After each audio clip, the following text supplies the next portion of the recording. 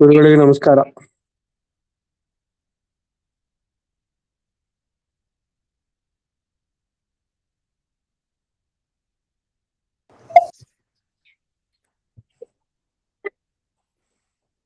ಅದು ಆಚಾರ್ಯ, ಅದು ಪುಸ್ತಕ ಒಂದೇನೋ ಹೇಳಿದ್ರಿ, ಅದು ರೆಡಿ ಆಗಿದೆ ಆಚಾರ್ಯ? ಅಷ್ಟು ಬೇಗ ರೆಡಿ ಆಗಲ್ಲ. ಅದೊಂದು ಅದು ಸುಮಾರು 500 ಪೇಜಿನ ಮೇಲೆ ಆಗ್ಬೇಕು. ಅಯ್ಯೋ, ಅಂದ್ರೆ ಸಾಫ್ಟ್ವೇರ್ ಧಾವನ ಬಗ್ಗೆನೇ ಬುಕ್ ಮಾಡ್ಲಿದೆ. ಅದು ಇನ್ನೂ ಟೈಮ್ ಆಗತ್ತೆ ತುಂಬಾ, ಅದಕ್ಕೋಸ್ಕರ. ಗೊತ್ತಾಗ್ಲಿಲ್ಲ. ಸರಿ ಸರಿ. ಅಲ್ಲ, ಅದು ಪೂರ್ತಿ ಸಮಗ್ರ 22 ಅಧ್ಯಾಯ ಇರುತ್ತೆ ಆಚಾರ್ಯ ಅದರಲ್ಲಿ, ಹಾಗೆ ಇಲ್ಲ? ಇಲ್ಲ, ಅದನ್ನ ಇಲ್ಲ ಅಷ್ಟು ತುಂಬಾ ಆಗತ್ತದು. ಒಂದು 4-5 ಅಧ್ಯಾಯ ಆಗ್ಬೇಕು ಅಂತಿದೆ, ನೋಡ್ಬೇಕು. ಹೌದಾ? ಸರಿ ಸರಿ, ಆಯ್ತು ಆಚಾರ್ಯ. ಹರೇ ನಮ. ನಮಸ್ಕಾರ ಆಚಾರ್ಯ.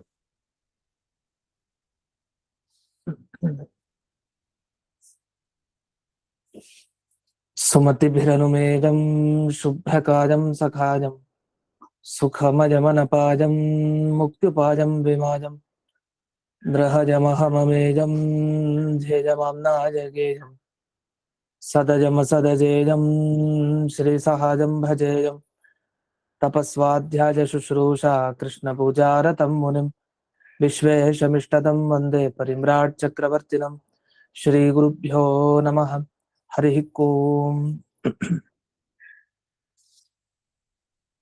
ಲಕ್ಷ್ಮೀಕಾಂತಂ ಭೂವರಾಹಂ ಭಜೇಹಂ ಬಾದರಾಯಣಂ ವಾದಿರಾಜಹೃದಂ ಭೋಜಮಂದಿರಂ ವಾಜಿಕಂಧರಂ ಭೀಮಸೇನಾನಂದತೀರ್ಥವಾನರೇಂದ್ರಾನಹಂ ಭಜೆ ವಾದಿರಾಜಗುರೂನ್ ವಂದೇ ವೇದವೇದ್ಯಗುರೂನ್ ಭಜೆ ಗುರೂನ್ ವೇದನಿಧೀನ್ ವಂದೇ ನಾರಸಿಂಹಗುರೂನ್ ಭಜೆ ವಂದೇ ನಾರಾಯಣಾಚಾರ್ಯಾನ್ ಕರ್ಣಾದಿಗಣಸೇವಿತಾನ್ ವಂದೇ ವೃಂದಾವನಾಚಾರ್ಯಾನ್ ಹಯಗ್ರೀವಮುನೀನ್ ಭಜೆ ಶೇಷಸೀತಾಪತಿವ್ಯಾಸಾನ್ ಪ್ರಣಮಾಮಿ ಗುರುಪ್ರಿಯಾನ್ ವೃಂದಾವನಾದ್ಯ ಸಂಪ್ರಾಪ್ತ ಜ್ಞಾನೇಶ್ವರ್ಯಾನಹಂ ಸದಾ ರಘುಪ್ರವೀರಾಖ್ಯ ಗುರೂನ್ ಭಜೆ ಜ್ಞಾನಾದಿಸಿದ್ಧಯೇ ಶ್ರೀಮದ್ ವೃಂದಾವನಾಖ್ಯಾನಂ ವ್ಯಾಖ್ಯಾನೆ ಮಂದಧೀರಹಂ ಯದ್ಯಪ್ಯನಧಿಕಾರ್ಯಸ್ಮಿನ್ ತಥಾಪಿ ಗುರುವಾಕ್ಯತಃ ಮಯಾ ಯದಲ್ಪಂ ವಿಜ್ಞಾತಂ ತತ್ಸ್ಮೃತ್ಯರ್ಥಂ ನಿರೂಪ್ಯತೆ.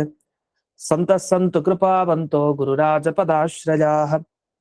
ಭಗವಾನ್ ಅವ್ಯವಹಿತ ಭಾವಿಕಲ್ಪ ಸಮೀರೋ ಲಾತವ್ಯಾಚಾರ್ಯಃ ಸುರವರ್ಯೈಃ ಸಂಪ್ರಾರ್ಥಿತಃ ಶ್ರೀನಾರಾಯಣೇನ ಆಜ್ಞಪ್ತಃ ಸನ್ ಭೂಮೌ ಅವತೀರ್ಯ ವಾದಿರಾಜನಾಮ ಯತಿ ಕುಲತಿಲಕೋ ಭೂತ್ವಾ ದುರ್ವಾದಿನೋ ವಿಜಿತ್ಯ ಯುಕ್ತಿಮಲ್ಲಿಕಾದೀನ್ ಗ್ರಂಥಾನ್ ವಿರಚಯ್ಯ ಸಜ್ಜನಾನಾಂ ಸಮ್ಯಕ್ ಜ್ಞಾನಮುತ್ಪಾದ್ಯ ಅತ್ಯಕ್ತದೇಹಃ ಸನ್ ವೃಂದಾವನಸ್ಥೋ ಭೂತ್ವಾ ಭಕ್ತಾನಾಂ ಇಷ್ಟಾನಿಷ್ಟ ಪ್ರಾಪ್ತಿ ಪರಿಹಾರ ಸಾಧನ ಅತ್ಯರ್ಥ ಪ್ರಸಾದ ಜನಕ ಅಪರೋಕ್ಷ ಜ್ಞಾನ ಜನಕ ಪರೋಕ್ಷ ನಿಶ್ಚಯೋತ್ಪಾದಕ ಉಪನಿಷದಾದಿ ಪ್ರತಿಪಾದ್ಯ ರುಜುಭಾವಂ ಸ್ವಸ್ಯ ಖ್ಯಾಪಯಿತುಂ ವೃಂದಾವನಾಖ್ಯಾನಂ ಕುರ್ವನ್ ಕಸ್ಯಚಿತ್ ತದಾನೀಂ ಅಕುಶಲ ದೇಶೀಯ ಬ್ರಾಹ್ಮಣ ಸ್ವಪ್ನೆ ವಿಶ್ವಾಸಯೋಗ್ಯಾನಾಂ ವಿಶ್ವಾಸಂ ಉತ್ಪಾದಯಿತುಮುಪದಿದೇಶ ವಿಲೀನ ಪ್ರಕೃತಿತಯ ಅಂತರಾಜ ವಿಧುರೋಪಿ ಆಚಾರ್ಯವತ್ ಶಿಷ್ಯಾನ್ ಗ್ರಾಹಯಿತುಂ ಗ್ರಂಥಾದೋ ಮಂಗಲಮಾಚರತಿ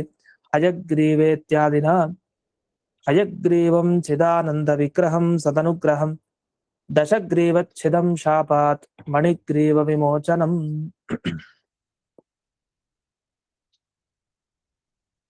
ಇದುವರೆಗೆ ಈ ಮೊದಲ 2-3 ಶ್ಲೋಕಗಳಲ್ಲಿ ಬಂದ ವಿಷಯವನ್ನು ನೋಡ್ತಾ ಇದ್ವಿ. ಇಲ್ಲಿ ವೃಂದಾವನದಲ್ಲಿರುವಂತಹ ಭಗವಂತನ ರೂಪಗಳ ಬಗ್ಗೆ ಹೇಳ್ತಾ ಬಂದವು. ಮೊದಲು ಹಯಗ್ರೀವ, ಹಾಗೆ ರಾಮಕೃಷ್ಣ, ವೇದವ್ಯಾಸ, ಎಲ್ಲ ರೂಪಗಳ ಬಗ್ಗೆ ತಿಳಿಸ್ತಾ ಇದ್ದಾರೆ. ಪ್ರತಿಯೊಂದು ರೂಪವನ್ನ ಧ್ಯಾನ ಮಾಡೋದ್ರ ಫಲ ಏನು ಅಂದ್ರೆ, ಮನುಷ್ಯ ಬಯಸೋದಿಷ್ಟೇ, ನಮಗೆ ಇಷ್ಟ ಸಿಗಬೇಕು, ಅನಿಷ್ಟ ಹೋಗ್ಬೇಕು ಅಂತ. ಎಲ್ರು ಆ ಎಲ್ಲ ಇಷ್ಟ ಮತ್ತೆ ಅನಿಷ್ಟ ನಿವಾರಣೆ ಮತ್ತೆ ಇಷ್ಟ ಪ್ರಾಪ್ತಿ ಎರಡೂ ಈ ಭಗವಂತನಿಂದ ಸಿಗತ್ತೆ ಅನ್ಲಿಕ್ಕೆ ಸುಮಾರು ಉದಾಹರಣೆಗಳಿದೆ. ಅದ್ರಲ್ಲಿ ಒಂದೊಂದೇ ಅವತಾರದ ಉದಾಹರಣೆಗಳನ್ನು ಕೊಡ್ತಾ ಹೋಗ್ತಾರೆ. ಅದರಲ್ಲಿ ಹಯಗ್ರೀವ ದೇವರ ಅವತಾರದ ಬಗ್ಗೆ ವಿಶೇಷವಾಗಿ ವಸ್ತುತಃ ತಿಳಿಬೇಕು. ಅದಕ್ಕಿಂತ ಮೊದಲು ಬೇರೆ ಅವತಾರಗಳ ಬಗ್ಗೆ ಚಿಕ್ಕದಾಗಿ ತಿಳಿದುಕೊಂಡು, ಯಾಕಂದ್ರೆ ಬೇರೆ ಅವತಾರಗಳ ಬಗ್ಗೆ ನಾವು ಕೇಳಿರ್ತೀವಿ, ಪ್ರಸಿದ್ಧವಾದ ವಿಷಯ ಇರುತ್ತೆ. ಅದರಲ್ಲಿ ಇಲ್ಲಿ ಹಯಗ್ರೀವ ದೇವರ ಬಗ್ಗೆ ವಿಶೇಷವಾದ ವಿಚಾರವನ್ನ ಹೇಳಲಿಕ್ಕೆ ಪ್ರಾರಂಭವನ್ನ ಮಾಡ್ತಾರೆ. ಅದರ ಮುಂಚೆ ಈ ಬೇರೆ ಅವತಾರಗಳ ಬಗ್ಗೆ ಇಲ್ಲೇನ್ ವರ್ಣನೆ ಮಾಡಿದ್ದಾರೆ ಈ ಶ್ಲೋಕದಲ್ಲಿ, ಅದನ್ನ ಸಂಕ್ಷೇಪವಾಗಿ ನೋಡ್ತಾ ಹೋಗೋಣ. ಮೊದಲಿಗೆ ದಶಗ್ರೀವಚ್ಛೇದಂ ಅಂತ ಬಂತು. ಯಾಕೆ ಇಂಥ ವಿಷಯವನ್ನ ಹೇಳ್ತಾ ಇದ್ದಾರೆ? ರಾವಣನನ್ನ ಸಂಹಾರ ಮಾಡಿದವನು ರಾಮಚಂದ್ರ ಅಂತ ಬಂತು. ಇದರಿಂದ ಏನಂದ್ರೆ ರಾವಣನ ಅವನ್ ಸಂಹಾರ ಮಾಡ್ಲಿ, ಅದ್ರಿಂದ ನಮಗೇನಾಯ್ತು? ಈಗ ಅವತ್ತಿನ ದಿವಸ ಜಯ ವಿಜಯರಿಗೆ ಶಾಪ ಬಂತು, ಅವರು ಅನೇಕ ಜನ್ಮಗಳನ್ನು ಪಡ್ಕೊಂಡ್ರು. ರಾವಣ ಅಪರಾಧ ಮಾಡ್ದ, ಅವನಿಗೆ ಶಿಕ್ಷೆ ರಾಮ ಕೊಟ್ಟ. ಇದು ನಮಗೇನಾಯ್ತು ಅಂದ್ರೆ, ಅದಕ್ಕೆ ಇಲ್ಲಿ ವಾದಿರಾಜರು ಬಳಸಿರೋ ಪದ ಏನು? ದಶಗ್ರೀವಚ್ಛೇದಂ ಅಂತ ಹೇಳಿದ್ದಾರೆ. ಅಂದ್ರೆ 10 ಗ್ರೀವ ಕುತ್ತಿಗೆ ಇರೋಂತ, ಅಂದ್ರೆ 10 ತಲೆ ಇರೋ ರಾವಣನನ್ನ ಸಂಹಾರ ಮಾಡಿದ್ದಾರೆ ಅಂತ. ಈ 10 ತಲೆ ವಸ್ತುತಃ ನಮ್ಗೆ ಇಲ್ದೇ ಇರಬಹುದು, ಆದ್ರೆ ಮನುಷ್ಯರಿಗೆ 10 ಇಂದ್ರಿಯಗಳಿದೆ. ಈ 10 ಇಂದ್ರಿಯಗಳಲ್ಲಿ ಈ ಎಲ್ಲ ದೈತ್ಯರು ಸೇರಿರ್ತಾರೆ. ಏನೇ ಇವಾಗ ಕಣ್ಣು, ಕಿವಿ, ಮೂಗು, ಈ ಜ್ಞಾನೇಂದ್ರಿಯಗಳು ಅಂತ ಏನ್ ಕರಿತೀವಿ, ಕೈ, ಕಾಲು, ಈ ಇಂದ್ರಿಯಗಳು, ಈ ಎಲ್ಲ ಇಂದ್ರಿಯಗಳಲ್ಲಿ ದುಷ್ಟರು ಸೇರ್ಕೊಳ್ತಾರೆ. ಸೇರ್ಕೊಂಡು ಏನ್ ಮಾಡ್ತಾರೆ? ಕೆಟ್ಟದ್ ಮಾಡ್ಬೇಕು ಅಂತ ಪ್ರಚೋದನೆಯನ್ನ ಕೊಡ್ತಾರೆ. ಹಾಗಾದ್ರೆ ಆ ದುಷ್ಟರ ಸಂಹಾರ ಆಗ್ಬೇಕು. ಅವರ ಸಂಹಾರ ಆದ್ರೆ ನಮ್ಗೆ ಸರಿಯಾಗಿ ನಮ್ಮ ಇಂದ್ರಿಯಗಳು ಕೆಲಸ ಮಾಡುತ್ತೆ. ಆಗ ಜ್ಞಾನ ಮಾರ್ಗದಲ್ಲಿ ಹೋಗುತ್ತೆ. ಆ ಜ್ಞಾನವನ್ನ ನಾವು ಪಡಿಬಹುದು. ಇದಕ್ಕೇನ್ ಮಾಡ್ಬೇಕು? ಹಯಗ್ರೀವ ರೂಪ ವಸ್ತುತಃ ವಿದ್ಯೆ ಬಂದಿದ್ದೆ ಹಯಗ್ರೀವ ರೂಪದಿಂದ, ಹೊರಗಡೆ ಎಲ್ಲ. ಆದ್ರೆ ಅದಕ್ಕಿಂತ ಮುಂಚೆ ನಾವು ಸಿದ್ಧತೆ ಮಾಡ್ಕೊಬೇಕಲ್ಲ. ನಮ್ಮ ಇಂದ್ರಿಯಗಳೆಲ್ಲ ಶುಚಿ ಆಗ್ಬೇಕಲ್ಲ, ನಮ್ಮ ಇಂದ್ರಿಯಗಳಲ್ಲಿ ದೋಷ ಇರಬಾರ್ದಲ್ಲ. ಇದನ್ ಮಾಡ್ಲಿಕ್ಕೆ ರಾಮನ ಉಪಾಸನೆ ಮಾಡ್ಬೇಕು ಚೆನ್ನಾಗಿ. ಪಂಚವೃಂದಾವನದಲ್ಲಿರುವಂತಹ ಆ ರಾಮದೇವರ ಉಪಾಸನೆ ಯಾಕೆ ಮಾಡ್ಬೇಕಂದ್ರೆ, ಮೊದಲು ನಮ್ಮ ಎಲ್ಲ ಇಂದ್ರಿಯಗಳ ಶುದ್ಧಿ ಆಗ್ಬೇಕು. ಎಲ್ಲ ಇಂದ್ರಿಯ ಸರಿ ಹೋಯ್ತು ಅಂದ್ರೆ ದುರ್ಮಾರ್ಗದಲ್ಲಿ ಹೋಗ್ಲಿಲ್ಲ, ಒಳ್ಳೆ ಮಾರ್ಗಕ್ಕೆ ಬಂತು ಅಂತ ಅರ್ಥ. ಆಗ ಹಯಗ್ರೀವ ಹಯಗ್ರೀವ ಅಂತ ಪ್ರಾರ್ಥನೆ ಮಾಡಿದ ಹಾಗೆ ನಮಗೆ ವಿಶೇಷವಾದ ವಿದ್ಯೆಯ ಲಾಭ ಆಗತ್ತೆ ಅಂತ. ಈ ದೃಷ್ಟಿಯಿಂದ ದಶಗ್ರೀವಚ್ಛೇದಂ ಅಂತ ಹೇಳಿ 10 ಇಂದ್ರಿಯಗಳ ರೂಪದಲ್ಲಿ ಇರುವಂತಹ ದೈತ್ಯರೇನಿದ್ದಾರೆ, ಸೇರ್ಕೊಂಡಿರ್ತಾರೆ, ಅವರನ್ನ ಸಂಹಾರ ಮಾಡ್ತಾನೆ ರಾಮಚಂದ್ರ. ಆ ದಶಗ್ರೀವನನ್ನೇ ಸಂಹಾರ ಮಾಡಿದಂತೆ, 10 ತಲೆ ಇರೋನ್ನೇ ಸಂಹಾರ ಮಾಡಿದ್ಮೇಲೆ ಇನ್ನು 10 ಇಂದ್ರಿಯದಲ್ಲಿರೋ ದೈತ್ಯರನ್ನ ಸಂಹಾರ ಮಾಡದೆ ಇರ್ತಾನ. ಆದ್ರಿಂದ ನಮ್ಮ ಅನಿಷ್ಟಗಳನ್ನ ಕಳಿಲಿಕ್ಕೆ ರಾಮನ ಉಪಾಸನೆ ಮಾಡ್ಬೇಕು ಅಂತ ಇದು ಒಂದು ವಿಷಯ. ಇದು ಮುಂದಕ್ಕೆ ಸುಗ್ರೀವಾಭಯದಂ ಅಂತ ಒಂದು ಮಾತು ಬಂತು. ಸುಗ್ರೀವ ವಾಲಿ ನಮಗ್ ಗೊತ್ತು, ಅವ್ರಿಗೇನು ಯುದ್ಧ ಆಯ್ತು, ಆ ಯುದ್ಧದಲ್ಲಿ ರಾಮ ಏನ್ ಸಹಾಯ ಮಾಡಿದ. ಇದರಿಂದ ಏನ್ ತೋರಿಸ್ತಾ ಇದ್ದಾರೆ ಅಂದ್ರೆ, ಸುಗ್ರೀವನಿಗೆ ವಿಶೇಷವಾಗಿ ಅನುಗ್ರಹ ಮಾಡಿ ಯಾರು ಭಕ್ತರಾಗಿ ರಾಮಚಂದ್ರನನ್ನ ಹೊಂದುತ್ತಾರೋ, ನಾನು ನಿನಗೆ ಶರಣಾಗತನಾಗಿದ್ದೀನಿ, ಇನ್ನು ನನ್ನ ಜವಾಬ್ದಾರಿ ನಿಂದು ಅಂತ ಯಾರು ಸಮರ್ಪಣೆಗೊಳ್ತಾರೋ ಅಂಥವ್ರಿಗೆ ರಾಮ ಸುಗ್ರೀವನಿಗೆ ಅನುಗ್ರಹ ಮಾಡಿದಂತೆ ನಮ್ಮ ಇಷ್ಟಾರ್ಥಗಳನ್ನ ನೆರವೇರಿಸ್ತಾನೆ. ಯಾರಿಂದ ತೊಂದರೆ ಬಂದ್ರು ಆ ತೊಂದರೆಯನ್ನು ವಾರಣೆ ಮಾಡಿ ಇಷ್ಟಾರ್ಥಗಳನ್ನ ನೆರವೇರಿಸ್ತಾನೆ ಅಂತ. ಆದ್ರಿಂದ ಈ 2 ಅಂಶಗಳೇನ್ ಸೂಚನೆ ಮಾಡ್ತಾ ಇದೆ ಅಂದ್ರೆ, ನಮ್ಮ ಅನಿಷ್ಟವನ್ನು ಕಳೀತಾನೆ, ನಮ್ಮ ಇಷ್ಟಾರ್ಥಗಳನ್ನ ನೆರವೇರಿಸ್ತಾನೆ ಅಂತ. ಇದು ಮುಂದೆ ವಿಭೀಷಣನಿಗೂ ಅನುಗ್ರಹ ಮಾಡಿದ್ದಿದೆ. ಅದು ಸುಗ್ರೀವಾಭಯದಂ ಅಷ್ಟೇ ಅಲ್ಲ, ಸುಗ್ರೀವನಿಗೆ ಅಭಯ ಕೊಟ್ಟ ನಿಜ, ವಿಭೀಷಣನಿಗೂ ಕೊಟ್ಟ. ಅವನಿಗೇನ್ ಕೊಟ್ಟ? 1 ಕಲ್ಪ ಆಯುಷ್ಯವನ್ನ ಕೊಟ್ಟ, ರಾಜ್ಯವನ್ನ ಅನುಗ್ರಹಿಸಿದ ಅವನಿಗೆ ವಿಶೇಷವಾಗಿ. ಅಷ್ಟೇ ಅಲ್ಲ, ಮುಂದಕ್ಕೆ ಹನುಮಂತನಿಗೂ ಅನುಗ್ರಹ ಮಾಡಿದ್ದಿದೆ. ಅದರಲ್ಲಿ ಸುಗ್ರೀವನಿಗೆ ಕಿಷ್ಕಿಂಧ ರಾಜ್ಯ ಅನುಗ್ರಹ ಮಾಡಿದ್ದಾಯ್ತು. ಹನುಮಂತ ದೇವರಿಗೆ ಏನು ಅನುಗ್ರಹ ಮಾಡಿದ? ಕಿಂಪುರುಷ ರಾಜ್ಯ ಏನಿದೆ ಅದನ್ನ ಕೊಟ್ಟು ಅನುಗ್ರಹಿಸಿದ. ಯಾಕಂದ್ರೆ ಹನುಮಂತ ದೇವರ ವೇದ ಗಾನ ಏನಿದೆ ಅದಕ್ಕೆ ಮೆಚ್ಚಿದ ಪರಮಾತ್ಮ ಅಂತ. ಹೀಗೆ ಈ ತರದ ವಿಶೇಷಣಗಳು, ಈ ತರ ಅಂಶಗಳನ್ನ ಹೇಳೋದ್ರಿಂದ ಏನ್ ತಿಳಿಯಿತು ಅಂದ್ರೆ, ರಾಮ ರೂಪದಲ್ಲಿ ಇಷ್ಟವನ್ನ ನೆರವೇರಿಸಿದ, ಅನಿಷ್ಟವನ್ನ ಕಳೆದ. ಇದನ್ನು ನಾವು ಪಂಚವೃಂದಾವನದಲ್ಲಿ ಸನ್ನಿಹಿತವಾದ ಯಾವ ರಾಮರೂಪ ಇದೆಯಲ್ಲ, ಆ ರಾಮರೂಪದ ಹತ್ರ ನಿಂತಾಗ ಈ ಪ್ರಾರ್ಥನೆಯನ್ನ ಮಾಡ್ಬೇಕು ಅಂತ. ಅಂದ್ರೆ ವಾದಿರಾಜರು ನಮ್ಗೆ ಉಪಾಯ ಕೊಡ್ತಾ ಇದ್ದಾರೆ. ನೀವು ಪಂಚವೃಂದಾವನದ ಮುಂದೆ ಹೋಗ್ತೀರಿ, ನಿಂತ್ಕೊಳ್ತೀರಿ, ಮುಂದಕ್ಕೆ ನಿಂತ್ಕೊಂಡು ಏನ್ ಸ್ತೋತ್ರ ಹೇಳ್ಬೇಕು, ಏನ್ ಪ್ರಾರ್ಥನೆ ಮಾಡ್ಬೇಕು ಗೊತ್ತಾಗಲ್ಲ. ಅದಕ್ಕೆ ಇಲ್ಲಿ ಸಪ್ತವೃಂದಾವನಾಖ್ಯಾನ ಮೊದಲಿಗೆ ಈ ಶ್ಲೋಕಗಳು ಬರ್ತಾ ಇರೋದೇ ಅದಕ್ಕೆ. ಅಂದ್ರೆ ಈ ಶ್ಲೋಕಗಳನ್ನ ಅಲ್ಲಿ ಮುಂದೆ ಹೋದಾಗ ಮನೇಲಿ ಪಾರಾಯಣ ಮಾಡ್ಬೇಕು ವಿಶೇಷವಾಗಿ, ಅದ್ ನಿಜ. ಅದ್ರಲ್ಲಿ ಪಂಚವೃಂದಾವನದ ಸನ್ನಿಧಾನದಲ್ಲಿದ್ದಾಗ ವಿಶೇಷವಾಗಿ ಇವುಗಳನ್ನೆಲ್ಲ ಚಿಂತಿಸಿದ್ರೆ ನಮ್ಮ ಇಷ್ಟ ನೆರವೇರುತ್ತೆ, ಅನಿಷ್ಟ ಕಳಿಯತ್ತೆ ಅನ್ನೋ ಭಾವದಿಂದ. ಇಷ್ಟಾಗಿ ಇಲ್ಲಿ ದಕ್ಷಿಣ ಭಾಗದಲ್ಲಿರುವಂತಹ ರಾಮನ ಸನ್ನಿಧಾನ ಏನಿದೆ ಅದನ್ನ ಇದುವರೆಗೆ ವರ್ಣಿಸಿದಾಯ್ತು. ಇನ್ನು ಮುಂದಕ್ಕೆ ಕೃಷ್ಣನ ವರ್ಣನೆಯನ್ನು ಮಾಡಿದ್ದಾರೆ. ಕೃಷ್ಣನ ವರ್ಣನೆ ಮಾಡ್ತಾ ಮಣಿಗ್ರೀವ ವಿಮೋಚನಂ, ನಲಕೂಬರ ಮಣಿಗ್ರೀವರನ್ನ ತಾನು ಮುಕ್ತಿಗೊಳಿಸ್ತಾ ಪರಮಾತ್ಮ. ಅವ್ರು ಯಾರು ಅಂತಂದ್ರೆ ವಿದ್ಯಾಧರ ಅನ್ನೋ ಒಂದು ಗಣಕ್ಕೆ ಸೇರಿದವರು. ಭದ್ರಾಪತಿ ಶ್ರೀ ಕುಬೇರ ಅಂದ್ರೆ ಕುಬೇರನ ಭೃತ್ಯರು ಅಂತ ಹೇಳ್ತಾರೆ, ಕುಬೇರನ ಮಕ್ಕಳು ಅಂತಾನು ಹೇಳ್ತಾರೆ. 2 ವಿಷಯ ಇದೆ. ಅಂತೂ ಕುಬೇರನಿಗೆ ಸಂಬಂಧಪಟ್ಟವ್ರು. ಇವ್ರಿಗೆ ನಾರದರ ಶಾಪ ಬಂದಿತ್ತು ನಮಗ್ ಗೊತ್ತಿದೆ. ಯಾಕೆ ನಗ್ನರಾಗಿ ಸ್ನಾನ ಮಾಡ್ತಾ ಇದ್ರು. ಈ ನಗ್ನರಾಗಿ ಸ್ನಾನ ಮಾಡ್ತಾ ಇದ್ರಿಂದ ಶಾಪ ಬಂದಿದೆ. ಆ ಶಾಪ ವಿಮೋಚನೆ ಕೃಷ್ಣ ತಾನು ಮಾಡಿದ್ದಾನೆ. ಇಷ್ಟು ಬಂದಿದ್ ವಿಷಯ. ಹಾಗಾದ್ರೆ ಅನಿಷ್ಟವನ್ನ ಕಳೆದ. ಅವರು ಯೋಗ್ಯತೆ ಇತ್ತು, ಯೋಗ್ಯತೆ ಇದ್ರು ತಾವು ತಪ್ಪನ್ನ ಮಾಡಿದ್ರು. ತಪ್ಪು ಮಾಡಿದ್ದಕ್ಕೆ ಶಾಪವನ್ನ ಪಡ್ಕೊಂಡಿದ್ದಾರೆ. ಶಾಪ ಪಡ್ಕೊಂಡ್ಮೇಲೆ ವಿಮೋಚನೆ ಮಾಡಿದ್ದು ಕೃಷ್ಣ. ಈ ನಗ್ನ ಅಂತ ಒಂದು ಶಬ್ದ ಬಂತಲ್ಲ, ವಸ್ತುತಃ ನಗ್ನರಾಗಿದ್ದವ್ರು, ಶಾಪ ಪಡ್ಕೊಂಡಿದ್ದವ್ರು, ಕೃಷ್ಣ ವಿಮೋಚನೆ ಮಾಡಿದ ಅವ್ರಿಗೆ. ನಮಗೇನ್ ಇದರಿಂದ ಉಪಯೋಗ ಅಂದ್ರೆ, ಈ ನಗ್ನರಾಗೋದು ಅಂದ್ರೆ ಬರೀ ವಸ್ತ್ರ ಇಲ್ದೇ ಇರೋರು ಅಂತ ಅರ್ಥ ಅಲ್ಲ. ಪುರಾಣಗಳಲ್ಲಿ ಇಂತಿಂತವ್ರನ್ನ ನಗ್ನರು ಅಂತ ಕರೆದಿದ್ದಾರೆ. ಇಂತಿಂತವ್ರು ನಗ್ನರು ಅಂತ ಕರಿಬೇಕು ಅಂತ. ಯಾರನ್ನ? ವಸ್ತ್ರ ಹಾಕೊಂಡಿದ್ರು ಅವ್ರು ನಗ್ನರೇ ಅಂತೆ ಲೆಕ್ಕದಲ್ಲಿ. ಇದು ಹೇಗೆ ಅಂದ್ರೆ, ಯಾರು ಈ ವೇದ, ಶಾಸ್ತ್ರ, ಪುರಾಣ ಏನೇನಿದೆ ಇವುಗಳನ್ನ ಯಾರು ಅಧ್ಯಯನ ಮಾಡಲ್ಲ, ನಾಸ್ತಿಕರಾಗಿ ಇರ್ತಾರೆ, ಇದನ್ನ ಕೇಳಲ್ಲ, ಇದನ್ನ ಓದಲ್ಲ, ಅವರೆಲ್ಲ ನಗ್ನರಿಗೆ ಸಮಾನ ಅಂತ ಅವ್ರ ನಗ್ನರು ಅನ್ನೋ ಶಬ್ದದಿಂದಲೇ ಕರೀತಾರೆ. ಯಾಕೆಂದ್ರೆ ಏನ್ ಹಾಕೊಳ್ಬೇಕು ಮೋಕ್ಷ ಮಾರ್ಗಕ್ಕೆ, ಬಟ್ಟೆ ಹಾಕೊಂಡು ಹೋಗ್ಬೇಕು. ಏನು ಬಟ್ಟೆನೇ ಇಲ್ಲ. ಯಾಕೆಂದ್ರೆ ಮೋಕ್ಷ ಮಾರ್ಗಕ್ಕೆ ಹೋಗ್ಬೇಕು ಅಂದ್ರೆ ಇಂಥ ಬಟ್ಟೆ ಬೇಕು. ಅಂದ್ರೆ ಶಾಸ್ತ್ರ, ಪುರಾಣ ಇವುಗಳನ್ನೆಲ್ಲ ಓದ್ತಾ ಇರ್ಬೇಕು, ಪಾರಾಯಣ ಮಾಡ್ತಾ ಇರ್ಬೇಕು, ಕೇಳ್ಬೇಕು, ಇವೆಲ್ಲ ಇರ್ಬೇಕು. ಇದೆಲ್ಲ ಇಲ್ಲದೆ ಹೋದ್ರೆ, ಹಾಗೆ ಸಮಯಕ್ಕೆ ಸರಿಯಾಗಿ ಅನುಷ್ಠಾನಗಳನ್ನ ಮಾಡದೇ ಇದ್ರೆ, ಈ ಎಲ್ಲ ಅನುಷ್ಠಾನಗಳನ್ನ ಮೀರಿದ್ರೆ ಅವಾಗ ಅವನು ನಗ್ನರಿಗೆ ಸಮಾನ. ಅಂದ್ರೆ ಶಾಸ್ತ್ರ ಬಿಟ್ಟು ಅವ್ನು ನಗ್ನ ಅಂತ ಹೇಳ್ಬಿಡ್ತಾರೆ. ಈ ತರ ಈ ನಗ್ನರಾಗಿ ಒಂದ್ ರೀತಿ ಶಾಪ. ಏನೇನ್ ಶಾಪ? ಯಾವ್ದ್ಯಾವ್ದೋ ಜನ್ಮವನ್ನ ಪಡಿತಾ ಇರ್ತೀವಿ. ಆ ಜನ್ಮ, ಈ ಜನ್ಮ ಅಂತ, ಪ್ರಾಣಿ ಜನ್ಮ, ಪಶು ಜನ್ಮ ಎಲ್ಲ. ಈ ಜನ್ಮಗಳಿಂದ ಮುಕ್ತಿ ಆಗೋದು ಯಾವಾಗ? ಕೃಷ್ಣನ ಆರಾಧನೆ ಮಾಡಿದ್ರಿಂದ ಮುಕ್ತಿ ಆಗುತ್ತೆ. ಕೃಷ್ಣನ ಉಪಾಸನೆ ಮಾಡ್ಬೇಕು. ಅದು ಪಂಚ ವೃಂದಾವನದಲ್ಲಿರುವಂತಹ ಕೃಷ್ಣನನ್ನ ವಿಶೇಷವಾಗಿ ಧ್ಯಾನ ಮಾಡ್ಬೇಕು ಅಂತ. ಇದು ಒಂದಾಯ್ತು. ಇನ್ನೊಂದು, ಸಮ್ಯಕ್ ಉಗ್ರಸೇನ ವಿಭೂತಿತಂ. ಉಗ್ರಸೇನನ್ನ ನೆನಪಿಸ್ಕೊಂಡು. ಉಗ್ರಸೇನ ನಮಗ್ ಗೊತ್ತು, ಕಂಸನ ತಂದೆ. ಅವನಿಗೆ ಏನ್ ಮಾಡ್ದ ಕೃಷ್ಣ? ಮಗನಿಂದನೇ ತಂದೆಗೆ ತುಂಬಾ ತೊಂದರೆ ಆಯ್ತು. ಅದಕ್ಕೆ ಮಗನಿಗೆ ಶಿಕ್ಷೆ ಕೊಟ್ಟ, ತಂದೆಗೆ ರಾಜ್ಯ ದಯಪಾಲಿಸ್ತ. ವಸ್ತುತಃ ಅವನು ಸ್ವಂತ ಮಗ ಅಲ್ಲ, ಉಗ್ರಸೇನನ ಸ್ವಂತ ಮಗ ಅಲ್ಲ ಕಂಸ. ಆದ್ರೂ ಪ್ರಸಿದ್ಧಿ ಉಗ್ರಸೇನನ ಮಗ ಅಂತ. ಇಂಥ ಕಂಸನನ್ನ ಕೊಂದಾಗ ಉಗ್ರಸೇನನಿಗೆ ತುಂಬಾ ಆನಂದ ಆಯ್ತು.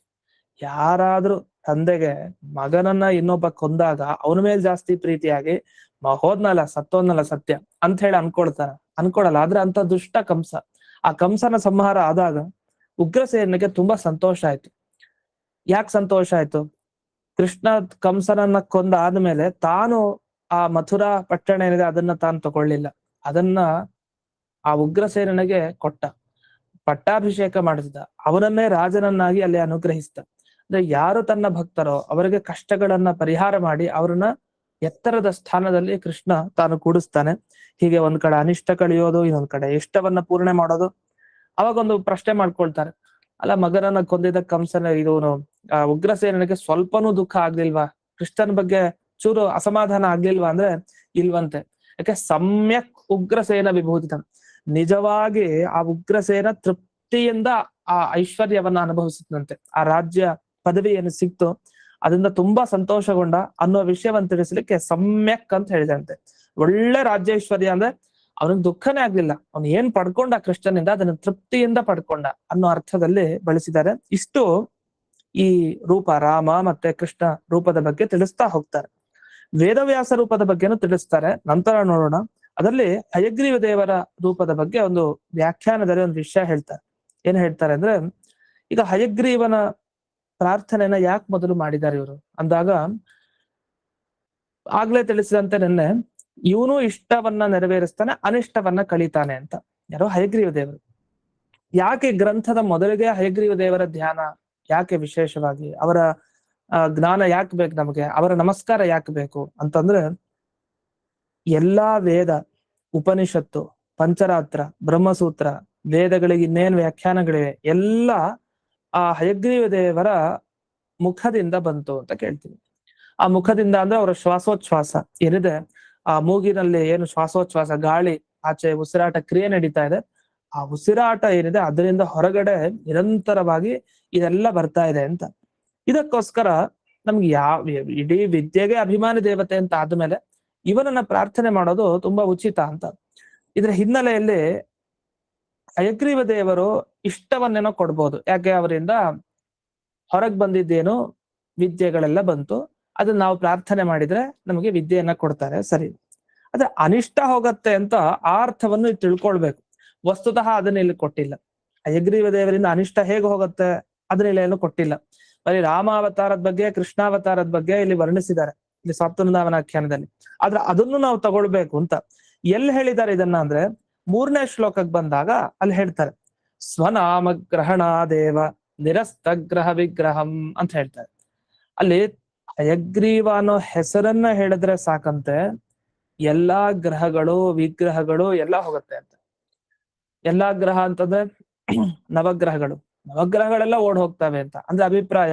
ಆ ಗ್ರಹಗಳ ಪೀಡೆ ಏನಿದೆ, ಅವುಗಳಿಂದ ಆಗುವಂತಹ ವಿಗ್ರಹ ಪೀಡೆಗಳೇನೇನಿದೆ ಅದೆಲ್ಲ ದೂರ ಆಗತ್ತೆ ಅಂತ ಹೇಳಿದ್ದಾರೆ.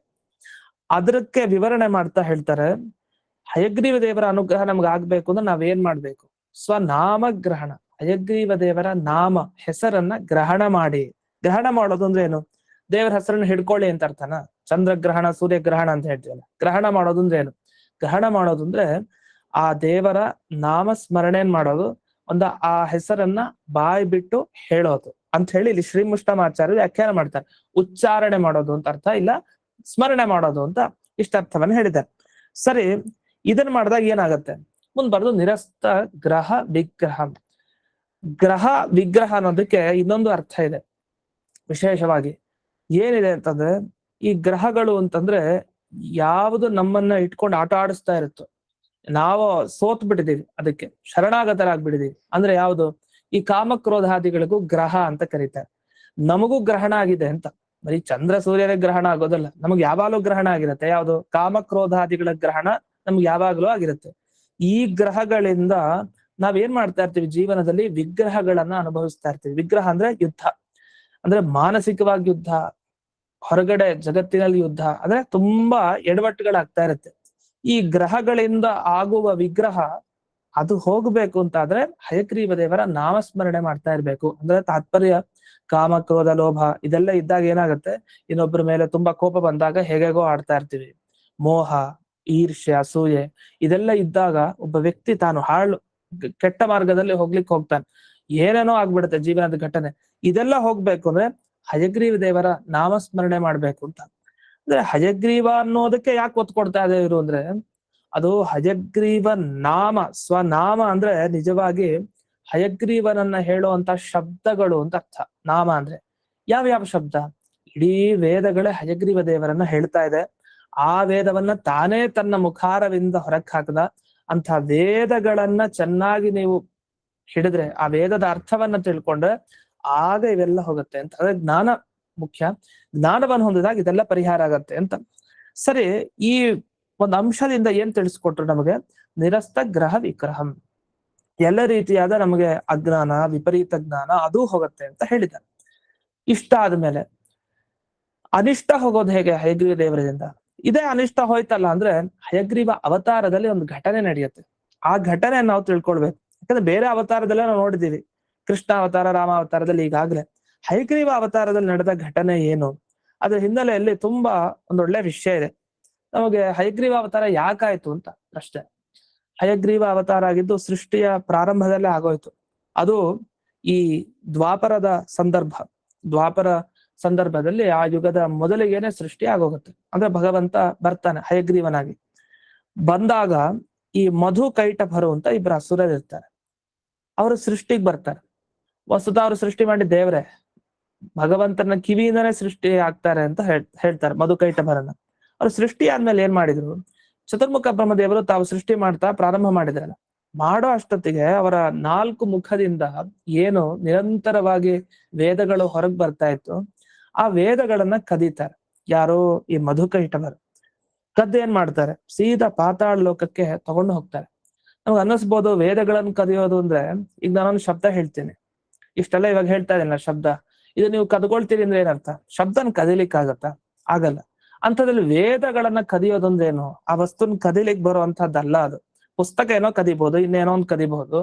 ಆದ್ರೆ ಈ ಶಬ್ದಗಳನ್ನ ಕದಿಯೋದೊಂದು ಏನರ್ಥ ಅಂದ್ರೆ, ಅದಕ್ಕಲ್ಲಿ ಅರ್ಥ ಬರೆದ್ರು, ಶಬ್ದಕ್ಕೆ ಅಭಿಮಾನಿ ದೇವತೆಗಳಿರ್ತಾರಲ್ಲ, ಪ್ರತಿಯೊಂದು ವೇದದ ಮಾತುಗಳಿಗೆ ಆ ಅಭಿಮಾನಿ ದೇವತೆಗಳನ್ನೆಲ್ಲ ಹಿಡ್ಕೊಂಡು ಹೋಗ್ಬಿಟ್ಟು ಅದು ವೇದ ಕದ್ದ ಹಾಗೆ ಆಯ್ತು. ಸೀದಾ ಪಾತಾಳ ಲೋಕಕ್ಕೆ ಅವರು ಕರ್ಕೊಂಡು ಹೋಗಿದಾರಲ್ಲ ಎಲ್ಲ ಅಭಿಮಾನಿ ದೇವತೆಗಳನ್ನ. ಆಗ ಆಶ್ಚರ್ಯ ನಿಮ್ಗೆ, ಹಯಗ್ರೀವ ದೇವರ ಅನುಗ್ರಹ ಯಾಕೆ ಬೇಕು ಅನ್ನೋದಕ್ಕೆ ಹಯಗ್ರೀವ ದೇವರು ಏನ್ ಮಾಡಿದ್ರು, ಸೀದಾ ಈ ಬ್ರಹ್ಮದೇವರ ಪ್ರಾರ್ಥನೆಗೆ ಅನುಗುಣವಾಗಿ ಅವರು ಈ ಹಯಗ್ರೀವನ ವೇಷ ತೊಡ್ಕೊಂಡು, ಅಂದ್ರೆ ಹಯಗ್ರೀವ ಅವತಾರ ಮಾಡಿದ್ದಾರೆ, ಮಾಡಿ ಸೀದಾ ಪಾತಾಳ ಲೋಕಕ್ಕೆ ಹೋದ್ರು. ಈ ಮಧುಕೈಟಭರು ಎಲ್ಲೋ ಬಚ್ಚಿಟ್ಕೊಂಡಿದ್ರು. ಈ ಬಚ್ಚಿಟ್ಕೊಂಡಿರುವಂತಹ ಮಧುಕೈಟಭರು ಹೊರಗ್ ಬರ್ಬೇಕಲ್ಲ, ಅದಕ್ಕೆ ಏನ್ ಮಾಡಿದ್ರು ಅಂದ್ರೆ ಸಾಮಗಾನ ಮಾಡಿದ್ರಂತೆ. ಯಾರು? ಹಯಗ್ರೀವ ದೇವರು. ಹಯಗ್ರೀವ ದೇವರು ಸಾಮಗಾನ ಮಾಡಿದ ಕೂಡಲೇ ಎಲ್ಲಿ ಧ್ವನಿ ಬರ್ತಾ ಇದೆ, ಎಷ್ಟು ಚೆನ್ನಾಗಿದೆ ಅಂತ ಆ ಮಧುಕೈಟಭರು ಓಡ್ ಬರ್ತಾರೆ ಹತ್ರಕ್ಕೆ. ಓಡ್ ಬಂದವರು ಸಿಗಾಕೊಂಡ್ಬಿಡ್ತಾರೆ. ಹೇಗ್ ಸಿಗಾಕೊಳ್ತಾರೆ ಅಂದ್ರೆ, ಹಯಗ್ರೀವ ದೇವರ ಧ್ವನಿ ಕೇಳಿ ಕೇಳಿ ಮೋಹಿನಿ ರೂಪತ್ತರ. ಮೋಹಿನಿ ಹೇಗೆ ಈ ದೇವತೆಗಳನ್ನ ಮತ್ತೆ ಈ ದೈತ್ಯರನ್ನ ಇಬ್ರು ಮೋಹ ಕೊಡಿಸಿದ್ಲು, ಅಲ್ಲಿ ದೈತ್ಯರು ಪೂರ್ಣ ಮೋಹಿತರಾಗ್ಬಿಟ್ಟಿದ್ರು. ಹಾಗ್ ಭಗವಂತ ತನ್ನ ಸಾಮಗಾನ ಮಾಡಿ ಹಯಗ್ರೀವ ದೇವರು ಆ ಮಧುಕೈಟಭರಿಗೆ ಎಚ್ಚರ ಇಲ್ಲ, ಅವ್ರಿಗೆ ಗೊತ್ತೇ ಆಗಿಲ್ಲ, ಕದ್ಕೊಂಡು ಹೋಗೇ ಬಿಟ್ಟ. ಯಾರು? ಹಯಗ್ರೀವ ದೇವರು. ಮತ್ತೆ ಇವ್ರು ಕದಿಲಿಕ್ಕೆ ಹೋದ್ರೆ ಅದು ನಿಮ್ಮಿಂದ ಕದಿತೀನಿ ಅಂತ ಹೇಳಿ ಕದ್ಕೊಂಡು ಹೋದ್ರು ಅಷ್ಟು ವೇದಗಳನ್ನ, 4 ವೇದ. ನಮ್ಗೆ ಆಶ್ಚರ್ಯ ಆಗ್ಬೋದು, ಸಾಮಗಾನ ಮತ್ತೆ ಹೇಗ್ ಮಾಡಿದ್ರು ಇವ್ರು ಹಯಗ್ರೀವ ದೇವರು? ಯಾಕಂದ್ರೆ ಎಲ್ಲಾ ವೇದವನ್ನ ಕದ್ಮೇಲೆ ಸಾಮವೇದವನ್ನ ಇವ್ರು ಹೆಂಗೆ ಹಾಗೆ ಸಾಮಗಾನ ಮಾಡಿದ್ರು ಅಂದ್ರೆ, ಭಗವಂತನ ಹತ್ರ ಇರೋದನ್ನ ಯಾವ್ದನ್ನು ಕದಿಲಿಕ್ ಬರಲ್ಲ. ಭಗವಂತನ ಹತ್ರ ಸ್ವಾಭಾವಿಕವಾಗಿ ಎಲ್ಲ ಇರುತ್ತೆ. ಅವನ ಧ್ವನಿ ಏನಿದೆ ಅದು ವೇದ ಧ್ವನಿಯಂತೆ. ಆ ವೇದ ಧ್ವನಿಯಂತೆ ಇರೋದನ್ನ ನೋಡಿ ಅವ್ರು ಕೇಳಿ ಮೋಹಿತರಾಗಿ ಗೊತ್ತಾಗದೆ ಹಾಗೆ ಮೈಮರೆತರು. ಮೈಮರೆತ ಕೂಡಲೇ ಹಯಗ್ರೀವ ದೇವರು ಅದನ್ನೆಲ್ಲ ತಗೊಂಡು ಹೋದ್ರು. ಆಮೇಲೆ ಎಚ್ಚರ ಆಯ್ತು. ಎಚ್ಚರ ಆದ ಕೂಡಲೇ ಹೊರಟ್ರು ಯಾರು? ಮಧುಕೈಟಭರು ಹಯಗ್ರೀವ ದೇವರ ಜೊತೆ ಯುದ್ಧ ಮಾಡ್ಲಿಕ್ಕೆ ಹೋದವರು ಸಿಗಾಕೊಂಡು ಹಯಗ್ರೀವ ದೇವರು ತೊಡೆ ಮೇಲೆ ಆ ಮಧುಕೈಟಭರನ್ನು ಹಾಕಿದ್ರು, ಸಂಹಾರ ಮಾಡಿದ್ರು. ಇಷ್ಟ ಆಯ್ತಲ್ಲ. ಇದಾದ್ಮೇಲೆ ಅನಿಷ್ಟ ನಿವಾರಣೆ ಮಾಡಿದ್ರು ಅಂತ ಆಯ್ತು. ಹಾಗಾದ್ರೆ ಈ ಮಧುಕೈಟಭರು ತಾವು ವೇದ ರಾಶಿಗಳನ್ನ ಕದ್ದು ನಮಗೆ ವಂಚನೆ ಮಾಡಿದ್ರು. ಅಂದ್ರೆ ಇಡೀ ಮುಂದೆ ಯಾರಿಗೂ ಕೂಡ ವೇದದ ಜ್ಞಾನವೇ ಸಿಗ್ಬಾರ್ದು ಅಂತ ಇತ್ತು. ಅಂಥ ಸಂದರ್ಭದಲ್ಲಿ ಹಯಗ್ರೀವ ದೇವರು ಆ ಮಧುಕೈಟಭರನ್ನ ಸಂಹಾರ ಮಾಡಿ ಈ ಜ್ಞಾನ ಪರಂಪರೆಯನ್ನ ರಕ್ಷಣೆ ಮಾಡಿದ್ದಾರೆ. ಅದರಿಂದ ಅನಿಷ್ಟ ನಿವೃತ್ತಿ ಅನ್ನೋದೇನಿದೆಯಲ್ಲ, ಅದು ಹಯಗ್ರೀವ ಅವತಾರದಲ್ಲೂ ಕಂಡಿದೆ. ಕೇವಲ ವಿದ್ಯೆ ಬಂತು ಹೊರಗಡೆ ಅಷ್ಟೇ ಅಲ್ಲ, ಆದ್ರೆ ಯಾರು ಅನಿಷ್ಟರೋ, ಯಾರು ದುಷ್ಟರೋ ಅಂಥವರನ್ನು ಅವರು ಸದೆ ಬಡ್ದಿದ್ದಾರೆ ಅಂತ ಈ ವಿಷಯವನ್ನ ಇಲ್ಲಿ ಜೋಡಿಸ್ಕೊಳ್ಬೇಕು. ಇದೊಂದು ಮುಖ್ಯ ವಿಷಯ.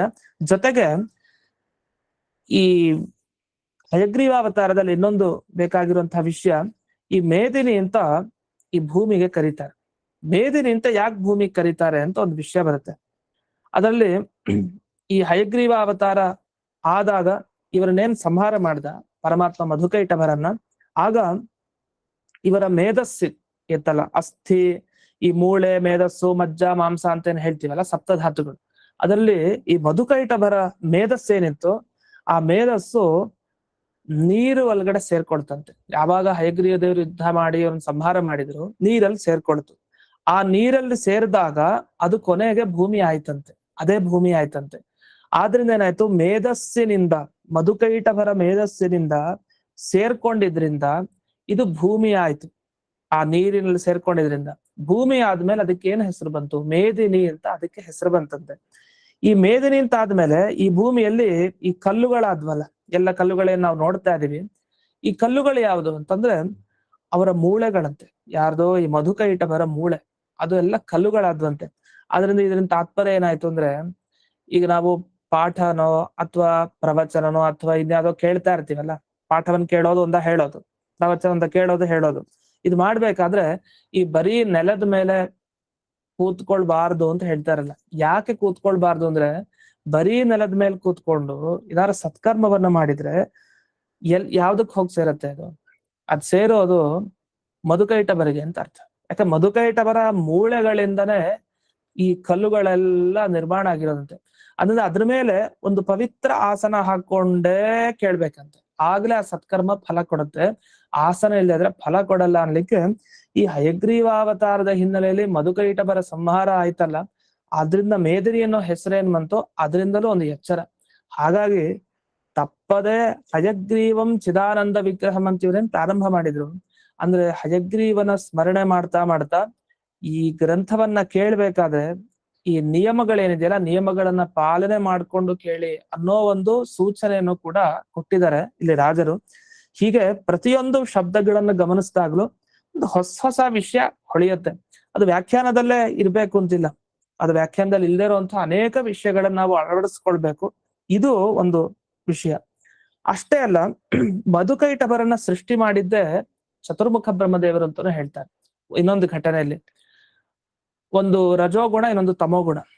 ರಜೋಗುಣದಿಂದ ಈ ಮಧು ಅನ್ನೋ ರಾಕ್ಷಸರನ್ನ ಸೃಷ್ಟಿ ಮಾಡ್ತಾರೆ, ತಮೋಗುಣದಿಂದ ಕೈಟಭರನ್ನ ಸೃಷ್ಟಿ ಮಾಡ್ತಾರೆ ಅಂತ. ಈ ಇಬ್ಬರು ಅಸುರನ ಸೃಷ್ಟಿ ಮಾಡಿ ಸತ್ವಗುಣದಿಂದ ಏನ್ ಮಾಡ್ಲಿಲ್ಲ. ಹಾಗಾದ್ರೆ ರಜೋಗುಣ ತಮೋಗುಣ ಇದನ್ನ ಗೆಲ್ಬೇಕು ಅಂದ್ರೆ ಸತ್ವಗುಣವನ್ನ ಅವಲಂಬಿಸ್ಕೊಳ್ಬೇಕು. ಸತ್ವಗುಣ ಬರ್ಬೇಕು ಅಂತಂದ್ರೆ ದೇವತೆಗಳ ಅನುಗ್ರಹ ಆಗ್ಬೇಕು, ಅದಕ್ಕೆ ದೇವರ ಅನುಗ್ರಹ ಇದೆಲ್ಲ ಬೇಕು ಅಂತ. ಈ ಹಿನ್ನೆಲೆಯಲ್ಲಿ ಈ ಹಯಗ್ರೀವಾವತಾರದ ಒಂದು ಚಿಂತನೆಯನ್ನು ಮಾಡಿದಾಗ ಇಲ್ಲಿ ಏನು ಈ ಸಾಪ್ತವೃಂದಾವನಾಖ್ಯಾನದ ಬೇರೆ ಈ ರೂಪಗಳ ಬಗ್ಗೆ ಇಷ್ಟ ಪ್ರಾಪ್ತಿ ಅನಿಷ್ಟ ನಿವೃತ್ತಿ ಅಂತ ಹೇಳಿದ್ದಾರೆ. ಅನಿಷ್ಟ ಕಳೆಯೋದು ಹೇಗೆ ಅನ್ನೋದನ್ನ ಹಯಗ್ರೀವಾವತಾರದ ಈ ಒಂದು ಮಧುಕೈಟಭರ ಒಂದು ದೃಷ್ಟಾಂತ, ಒಂದು ಉದಾಹರಣೆಯನ್ನ ತಗೊಂಡ್ರೆ ಮಾತ್ರ ಸ್ಪಷ್ಟ ಆಗತ್ತೆ. ಇಲ್ಲ ಅಂದ್ರೆ ಇಲ್ಲಿ ಮೂಲದಲ್ಲಿ ನಮ್ಗೆ ಅದು ಸಿಗೋದಿಲ್ಲ. ಯಾಕಂದ್ರೆ ಅವ್ರು ಹೇಳ್ತಾರೆ, ಹಯಗ್ರೀವ ನಾಮಸ್ಮರಣೆ ಮಾಡಿದ್ರೆ ನಾವೇನಾದ್ರು ಪ್ರಾರಬ್ಧ ಕರ್ಮದಿಂದ ಪಿಶಾಚಿ ಜನ್ಮವನ್ನ ಪಡೆಯೋದಿದ್ರೆ ಅಂಥ ಕೆಟ್ಟ ಕೆಟ್ಟ ಜನ್ಮಗಳ ವಾರಣೆನೂ ಆಗತ್ತೆ. ಅದನ್ನ ಹೇಳಿದ್ದಾರೆ, ಅದು ವ್ಯಾಖ್ಯಾನದಲ್ಲಿ. ಆದ್ರೆ ಇದನ್ನ ಹೇಳಿದ್ದು ಸ್ವನಾಮಗ್ರಹಣಾದೇವ ನಿರಸ್ತಗ್ರಹ ವಿಗ್ರಹಂ ಅಂತ ಆ ವಾಕ್ಯದಿಂದ ಹೇಳಿದ್ದಾರೆ. ಹಯಗ್ರೀವ ಅವತಾರದಲ್ಲೇ ಒಂದು ನಡೆದ ಘಟನೆನೂ ಇದೆ, ಇದನ್ನು ನಾವಿಲ್ಲಿ ಚಿಂತಿಸ್ಬೇಕು. ಇದೊಂದು ವಿಷಯ. ಇದಾದ್ಮೇಲೆ ಇನ್ನು ವೇದವ್ಯಾಸರ ಅವತಾರ. ವೇದವ್ಯಾಸ ಅವತಾರದಲ್ಲಿ ಪರಮಾತ್ಮ ಏನ್ ಮಾಡಿದ? ಉಗ್ರ ವಿಗ್ರಹ ಹಂತಾರಂ ಅಂತ ಹೇಳ್ತಾರೆ. ಉಗ್ರ ವಿಗ್ರಹ ಹಂತಾರಂ. ವಿಗ್ರಹ ಅಂತಂದ್ರೆ ಏನು? ವಿಶೇಷವಾದ ವಿಪರೀತ ಜ್ಞಾನ ಅಂತ, ತಪ್ಪು ಜ್ಞಾನ, ತಪ್ಪು ತಿಳುವಳಿಕೆ. ಇನ್ನು ಉಗ್ರ ವಿಗ್ರಹ ಹಂತಾರಂ. ಒಂದು ಗ್ರಹ, ಇನ್ನೊಂದು ವಿಗ್ರಹ. ಉಗ್ರವಾದ ಗ್ರಹ ಅಂದ್ರೆ ಅಜ್ಞಾನ ಅಂತೆ, ಸರಿಯಾಗಿ ತಿಳ್ಕೊಂಡಿರಲ್ಲ ಅಂತ ಅಜ್ಞಾನ. ಇದು ತಿಳಿದಿರೋದು ವಿಪರೀತವಾಗಿ ತಿಳಿದಿರ್ತೀವಿ, ಇದನ್ನ ವಿಗ್ರಹ ಅಂತ ಕರೀತಾರೆ. ಇದು ಎರಡೂ ಡೇಂಜರ್ ಅಂತೆ. ಅಜ್ಞಾನ ಒಂದು, ಗೊತ್ತೇ ಇಲ್ಲದೆ ಇರೋದು ಇನ್ನೊಂಥರ, ಅದೊಂದು ದೊಡ್ಡ ಡೇಂಜರ್ ಅದು. ಇನ್ನು ಗೊತ್ತಿದ್ದು ತಪ್ಪಾಗಿ ತಿಳ್ಕೊಂಡಿರ್ತೀವಲ್ಲ, ಅದು ಇನ್ನೂ ಕಷ್ಟ. ಒಂದ್ ಪಕ್ಷ ತಿಳಿದೇ ಇರೋದೇ ವಾಸಿ, ತಿಳಿದು ತಪ್ಪಾಗಿ ಪೂರ್ತಿ ತಿಳ್ಕೊಂಬಿಟ್ಟಿದ್ರೆ ಅದು ತುಂಬಾ ಕಷ್ಟ. ಈ ಎರಡು ಅಂದ್ರೆ ಉಗ್ರವಾದ ಗ್ರಹ ಅಜ್ಞಾನ, ಮತ್ತೆ ಉಗ್ರವಾದ ಈ ವಿಪರೀತ ಜ್ಞಾನ, ಈ ಎರಡನ್ನು ಹೋಗಿಸುವಂತಹ ರೂಪ ಅದು ವೇದವ್ಯಾಸ ರೂಪ. ಆ ವೇದವ್ಯಾಸ ರೂಪನು ಬೃಂದಾವನದಲ್ಲಿ ಸನ್ನಿಹಿತವಾಗಿದೆ. ಅಷ್ಟೇ ಅಲ್ಲ, ವಾದಿರಾಜರ ಮುಂದೆನೂ ನೋಡ್ಬಹುದು ನಾವು ವೇದವ್ಯಾಸರ ಮೂರ್ತಿಯನ್ನು ನೋಡ್ತೀವಿ, ಪ್ರತೀಕವನ್ನ. ಹೀಗೆ ರಾಮ, ಕೃಷ್ಣ, ವೇದವ್ಯಾಸ ಹಾಗೆ ಹಯಗ್ರೀವ, ಈ ಇಷ್ಟೂ ರೂಪಗಳನ್ನ ಯಾರ್ಯಾರು ಚಿಂತಿಸ್ತಾರೆ ಅವರಿಗೆ ಮೊದಲು ಇಷ್ಟ ಪ್ರಾಪ್ತಿ ಅನಿಷ್ಟ ನಿವೃತ್ತಿ ಆಗತ್ತೆ ಅಂತ ಫಲವನ್ನ ಹೇಳಿ ಕೊನೆಗೆ ಇಲ್ಲಿ ವ್ಯಾಖ್ಯಾನದಲ್ಲಿ ಹೇಳ್ತಾರೆ, ಹಯಗ್ರೀವ ದೇವರಿಗೆ ಇನ್ನೊಂದು ವಿಶೇಷಣ ಕೊಟ್ಟಿದ್ದಾರೆ. ಹಯಗ್ರೀವ ದೇವರು ಹೇಗಿದ್ದಾರೆ ಅಂದ್ರೆ ಶಂಖ, ಅಕ್ಷ, ಪುಸ್ತಕ, ಸುಬೋಧ ಯುತ ಬಾಹುಬಿಹಿ. ಅಂದ್ರೆ ಶಂಖ ಮತ್ತೆ ಅಕ್ಷಮಾಲೆ, ಪುಸ್ತಕ, ಜ್ಞಾನ ಮುದ್ರೆ ಇದನ್ನೆಲ್ಲ ಧರಿಸಿದ್ದಾರೆ. ಇದನ್ನೆಲ್ಲ ಧರಿಸಿದ್ರಿಂದ ಮೊದಲಿಗೆ ಯಾರು ಈ ಗ್ರಂಥವನ್ನ ಅಧ್ಯಯನ ಮಾಡ್ತಾರೆ ಅವರು ನಿರಂತರ ಹಯಗ್ರೀವನ ಸ್ಮರಣೆ ಮಾಡ್ಬೇಕು, ಈ ರಾಮ, ಕೃಷ್ಣ, ವೇದವ್ಯಾಸರನ್ನ ಸ್ಮರಣೆ ಮಾಡ್ಬೇಕು. ಆಗ ಮೊಟ್ಟ ಮೊದಲಿಗೆ ನಮ್ಮ ಇಷ್ಟಗಳು ನೆರವೇರಿ ಅನಿಷ್ಟಗಳು ಹೋಗುತ್ತೆ ಅಂತ ಹೇಳಿ ಮಂಗಳಮಯವಾಗಿ ಈ ಸಾಪ್ತವೃಂದಾವನಾಖ್ಯಾನದ ಪ್ರಾರಂಭವನ್ನ ಮಾಡಿದ್ದಾರೆ.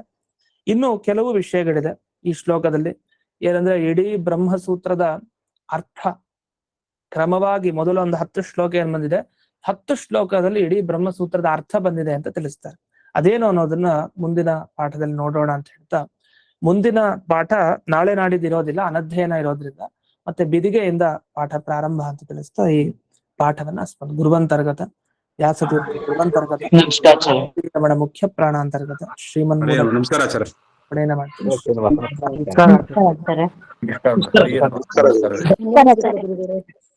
ನಮಸ್ಕಾರ ಗುರುಗಳೇ. ನಮಸ್ಕಾರ ಗುರುಗಳೇ.